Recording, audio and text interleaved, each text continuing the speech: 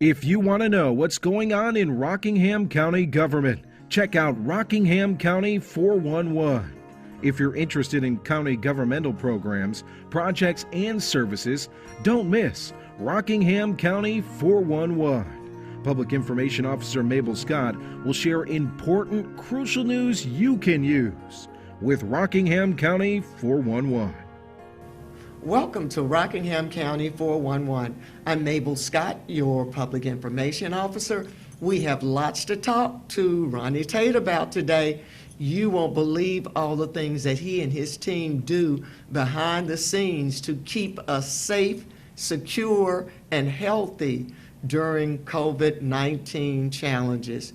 We introduce our Director of Engineering and Public Utilities, Ronnie Tate. Good morning. It's good to be here. Glad to have you here. Yeah. Tell us what you all have done from an infrastructural standpoint. I know it's a long list. Yeah.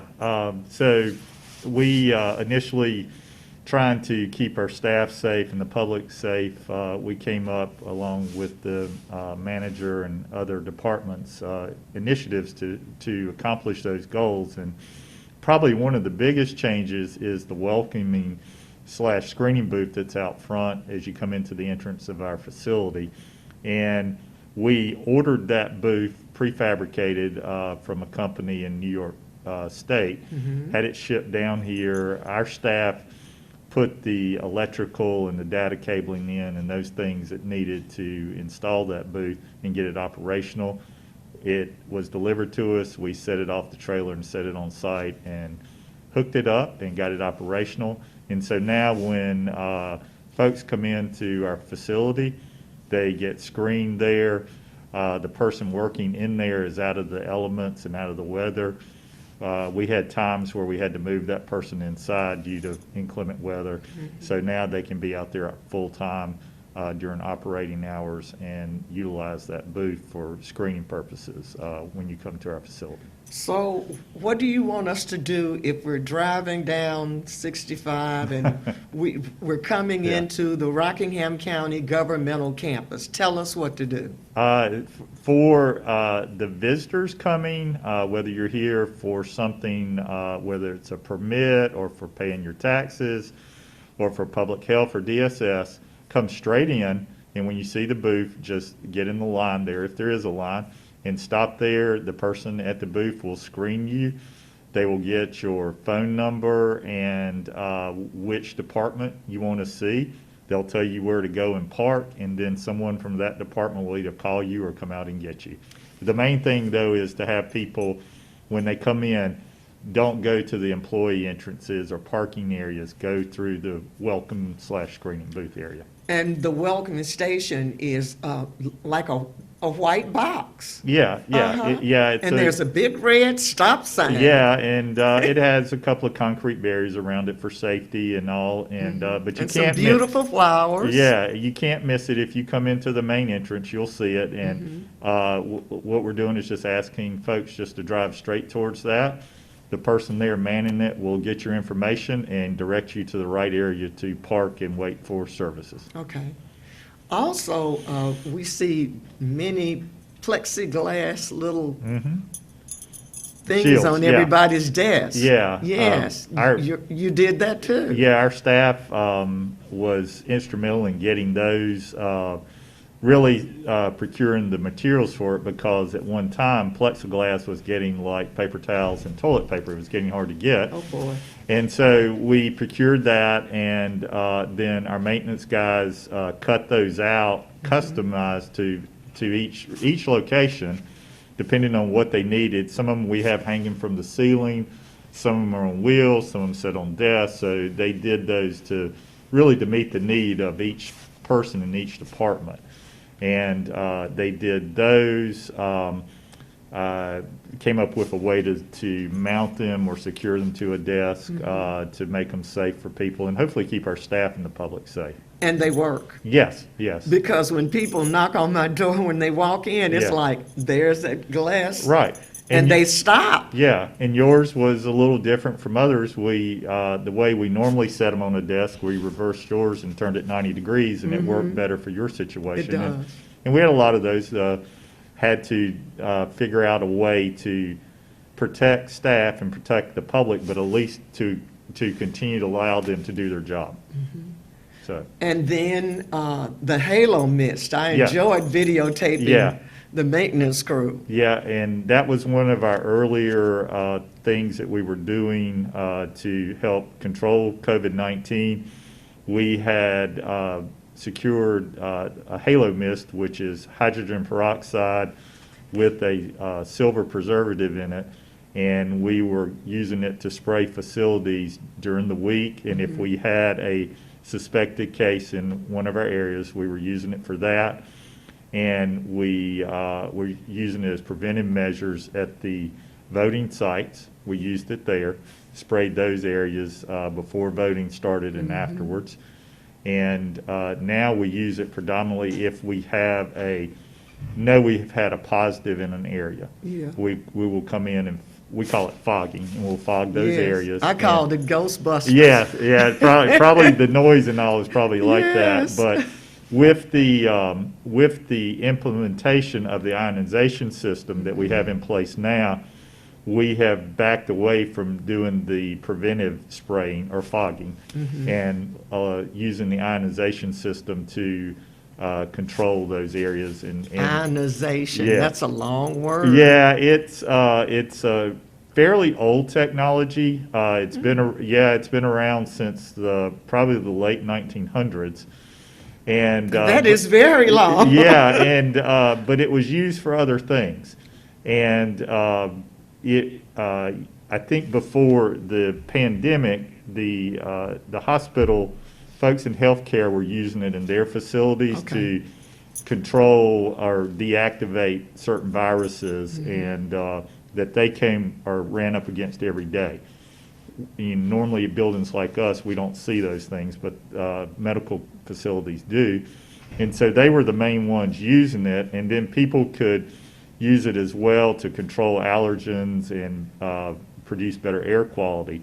Well, when the pandemic started, the folks that were making ionization units realized that their product also deactivated the coronavirus. And so that led them to find a whole new use for it, but one right now that is super important. And so we had those systems installed in 13 of our buildings. These are the ones where we have public in and out of the buildings. Okay. Some of our ones where we don't have public in, we did not install it.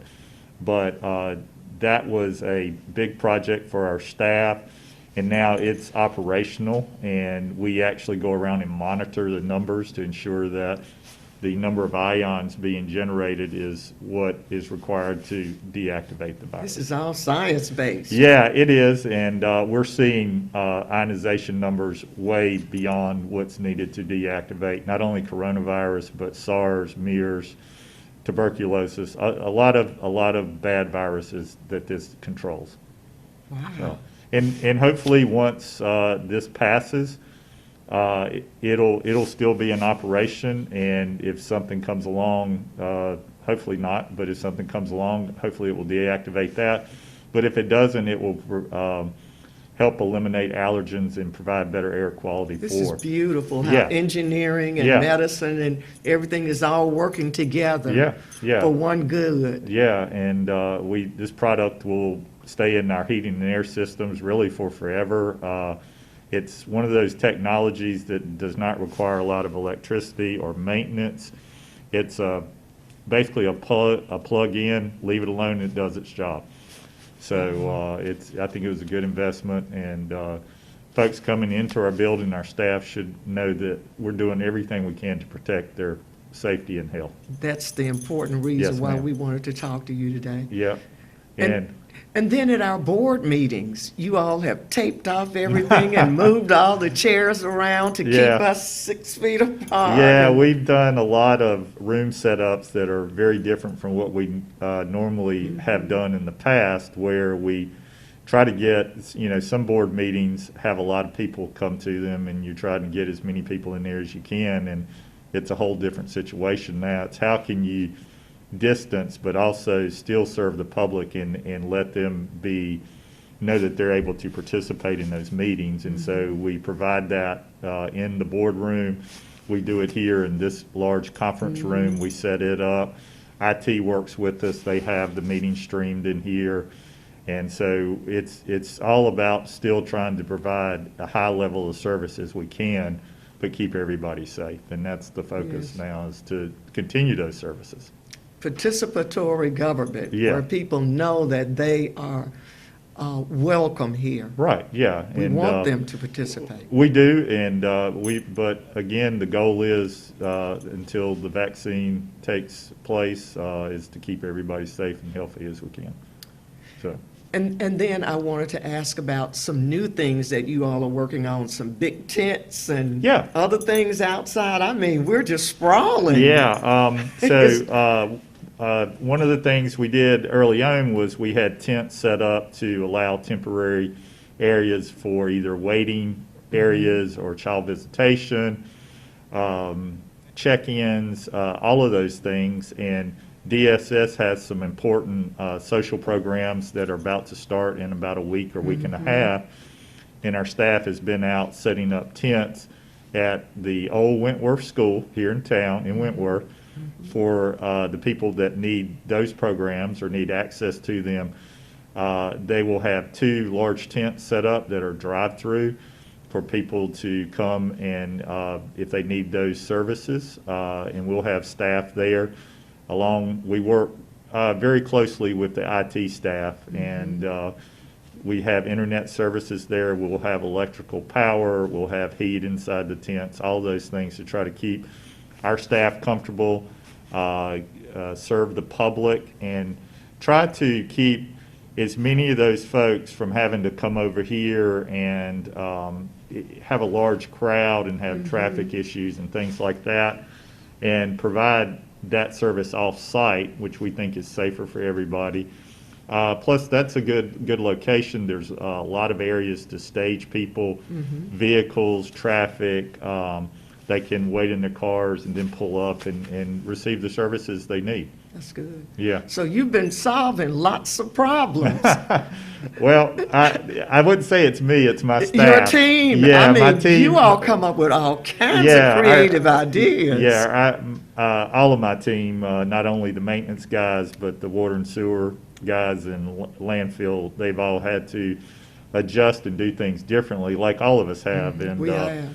and we've we set up a tent for COVID testing on our campus now. Yes. We have that, and it was used for flu vaccinations when we were doing those.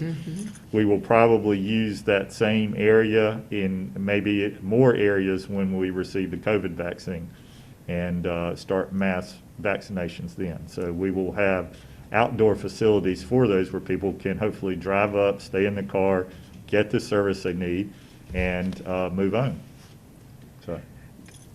We're so glad you were here to explain all of Sure. that. And please tell your team we appreciate them. I Oh, I call will. them the A-team because you come up with so many creative, out-of-the-box ways Yeah. of getting something done. They do, and and I think our guys like doing that. They like solving problems and trying to assist not only our staff but the public. And they do it with a smile. They do. They They do. do. All of them. They're a good group. They Very are. good. Yeah. They are.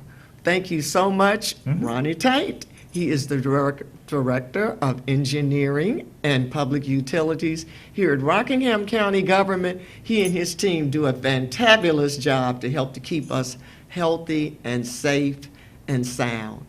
Rockingham County 411, you're in a good place.